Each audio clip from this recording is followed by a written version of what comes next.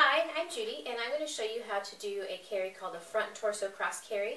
It is related to the front wrap cross carry. The main difference is that instead of the tails coming over your shoulder, they're going to come underneath your arm, and it'll be a torso carry. I'm going to show you how to do it wrapping around your baby. Normally I would need 3.6 meters to do this carry. I'm going to use a 3.2 meter wrap knife, and I'll still be able to do it because this particular wrap has really long tapers. Okay, so I find the center of my wrap,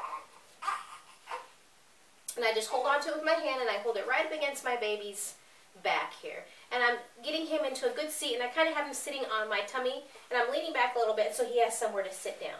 Now I'm going to tuck all the rest of this wrap underneath as best as I can at the moment, and we'll fix it later on. So then I'm going to take this underneath my elbow, bring it around, then I'm switching hands. Then I'll do the same thing with the other side. Where are you going? Where are you going? Take the top rail, bring it around to the other side.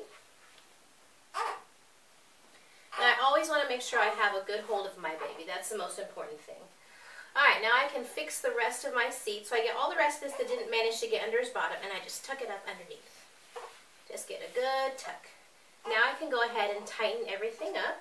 I want the top, this top rail is very loose. I want that to be tightened up. So I'm going to take the top rail over here and just pull on it. And then I'll pull through all the other sections. Whoops, his foot got caught. Pull through the rest of the wrap, the whole width of the wrap to get the slack out. And then I'm going to bring the whole thing underneath my arm. And again, I'll pull a little bit again to make sure the slack is out. It's nice and snug. Now I hold on to my baby in the wrap with this hand, and I switch to the other side, doing the same thing. I'm going to pull through the whole width of the wrap to get as much slack as I can out before I bring it under my arm. And again, just snug it up.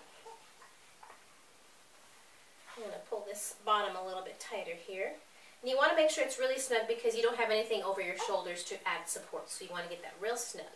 So I'm taking the whole wrap now, the whole width, and just giving a good tug to make sure it's as tight as I like for it to be. And I like for the top rail to be really snug because that's what helps me feel like the carry is a little more secure. Okay, now I'm going to cross them. Whoops. Still keeping it snug. Cross them. Bring it under the little legs. And then come to the back and tie a full square knot. And you can see I'm just barely tying here in the tippy tails.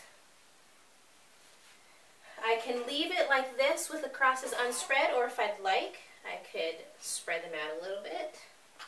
So I start with the inside cross, and I'm just spreading it out from one knee to the next. And you can see when you do that, sometimes you end up with some slack here. So I just take this and I'm going to pull it around, and I'll tighten that up once I spread this tail out. And this, there's a lot of slack here that I'll need to take out. So I'm just going to pull that nice and snug.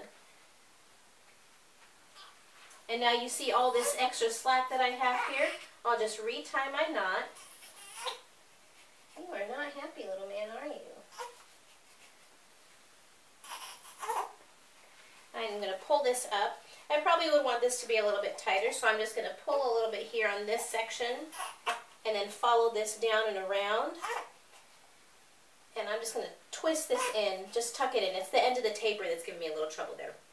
So there you have a front torso cross carry. It's a great torso carry. You can use it in the summertime when you don't want the extra wrap over your shoulders, or if you have other projects you want to do around the house, or you just want a little more freedom of motion in your shoulders. Alright, thanks.